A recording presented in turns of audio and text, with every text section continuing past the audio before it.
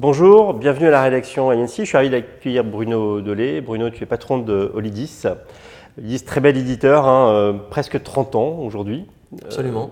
Alors, est-ce que tu peux nous parler du métier d'Olidis? Oui, alors Olidis c'est un éditeur intégrateur, j'insiste sur le sujet, de planification optimisée de ressources humaines. Donc c'est assimilé à de la gestion de temps ou de la planification de ressources humaines. Et l'humain est le facteur clé de notre métier. Alors avec quand même des grosses expertises sur des secteurs particuliers, notamment le retail, je crois. Oui, absolument. On est né dans le retail, donc dans la grande distribution. Et progressivement, on a évolué vers les centres d'appel, la restauration rapide, la logistique, partout où des hommes doivent être confrontés à des charges et nécessitant des très grandes compétences ou une polyvalence accrue. Alors, oui, la particularité, c'est ça, c'est vraiment aussi des enjeux de planning, de contraintes, enfin, des choses qui doivent évoluer très vite. J'étais d'ailleurs assez surpris, la planification, elle peut jouer des fois au quart d'heure ou aux dizaines de minutes quand il s'agit de... Ah, complètement. Les incréments de planification sont au quart d'heure, en standard. On peut aller beaucoup plus finement vers la minute ou des choses très fines, mais ça ne présente pas beaucoup d'intérêt.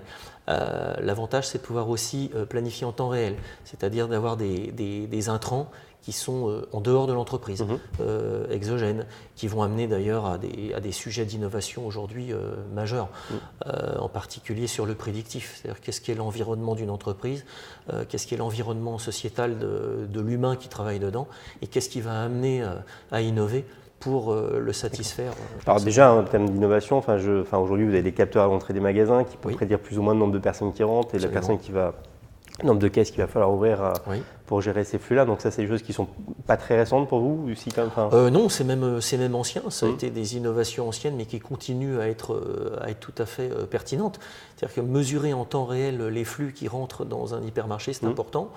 Au niveau des autres industries, c'est beaucoup plus simple, puisque les autocommutateurs téléphoniques te donnent aujourd'hui la quantité d'appels qui rentrent ou qui sort dans un centre d'appel. Donc là, c'est beaucoup plus numérique et électronique. Alors, je pense que vous n'échappez pas aux enjeux de la transformation digitale et de l'individu qui est de plus en plus acteur. Ça se traduit comment sur vos enjeux à vous aujourd'hui ? Je dirais que l'individu est de plus en plus puissant et puis son travail n'est plus aussi segmenté entre une entreprise, enfin une société et la société en général.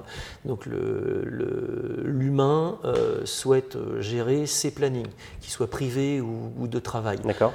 Et c'est là qu'on doit lui apporter des solutions de confort, d'équité sociale, de collaboration avec sa hiérarchie, parce qu'elle existe encore, et que les entreprises ont encore des impératifs de flux aussi, de management et de rentabilité, bien entendu, on ne les oublie pas. Donc l'individu acteur, ça fait vraiment du sens sur ces problématiques de planification. Oui. Alors l'innovation, elle était d'ailleurs étonnante, parce que la question c'était quelle place vous accordez à cette innovation un peu de rupture, et il y a un exemple que je trouvais tout à fait intéressant sur les problématiques de covoiturage, notamment problématique d'hypermarché, qui était un hypermarché de taille un peu de belle taille, qui est quand même 600 places de parking, 200 collaborateurs et déjà 400 places de parking qui vont être pris par les équipes. Donc c'est quand même assez. C'est une problématique générale qui couvre, qui a un champ de conséquences ou en tout cas d'application qui est énorme. Parce qu'on est dans le sociétal au niveau de l'écologie, on est dans le sociétal au niveau des gens, de la vision de leurs collègues, on est dans la vision dans l'impact d'une entreprise et de son occupation au sol sur un territoire, et dans la qualité de service. Donc on mixe énormément de choses. Donc le covoiturage, c'est quoi? Il apporte la possibilité, dans des zones où il y a peu de transports en commun, d'assurer finalement une relative cohérence, ou en tout cas regrouper des transports, moins occuper des surfaces au sol, pouvoir les dédier aux clients, donc c'est de la qualité de service, ou pouvoir les dédier, comme dans certains cas, à des parkings dédiés aux bornes de l'impact business, ce n'était pas votre modèle initial, mais l'impact, de par cette planification, est complètement lié. Tout à fait, c'est un modèle pragmatique en fait. On suit une évolution de la société, des hommes, et on lui apporte une solution. Alors cette rubrique, elle s'appelle Coup de boost, donc l'idée c'est de bien comprendre là où il y a des axes d'innovation, de collaboration, alors des boîtes innovantes, des startups. Donc c'est quoi les chantiers sur lesquels on a intérêt à venir vous voir et partager avec vous aujourd'hui? Les chantiers sont en amont et en aval de nous. Donc on recherche des entreprises et on collabore déjà avec des entreprises startups au niveau prédictif.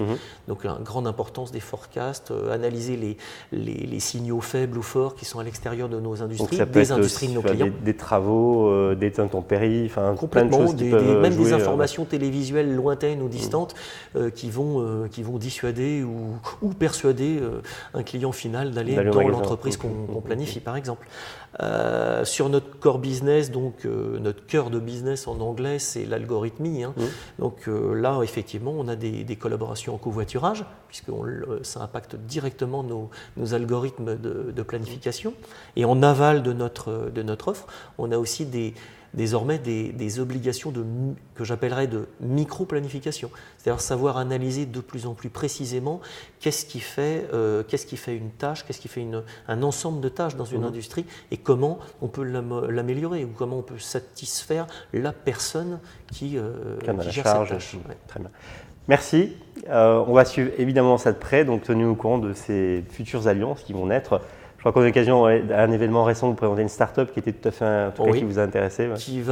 Absolument, on a une start-up rencontrée la semaine dernière chez toi qui va être présentée à notre comité opérationnel jeudi prochain et qui va nous apporter dans le domaine justement de l'écologie, du bilan carbone ou du plan de mobilité qui va devenir obligatoire bientôt pour les entreprises de 100 collaborateurs et plus, une donnée fondamentale du management humain.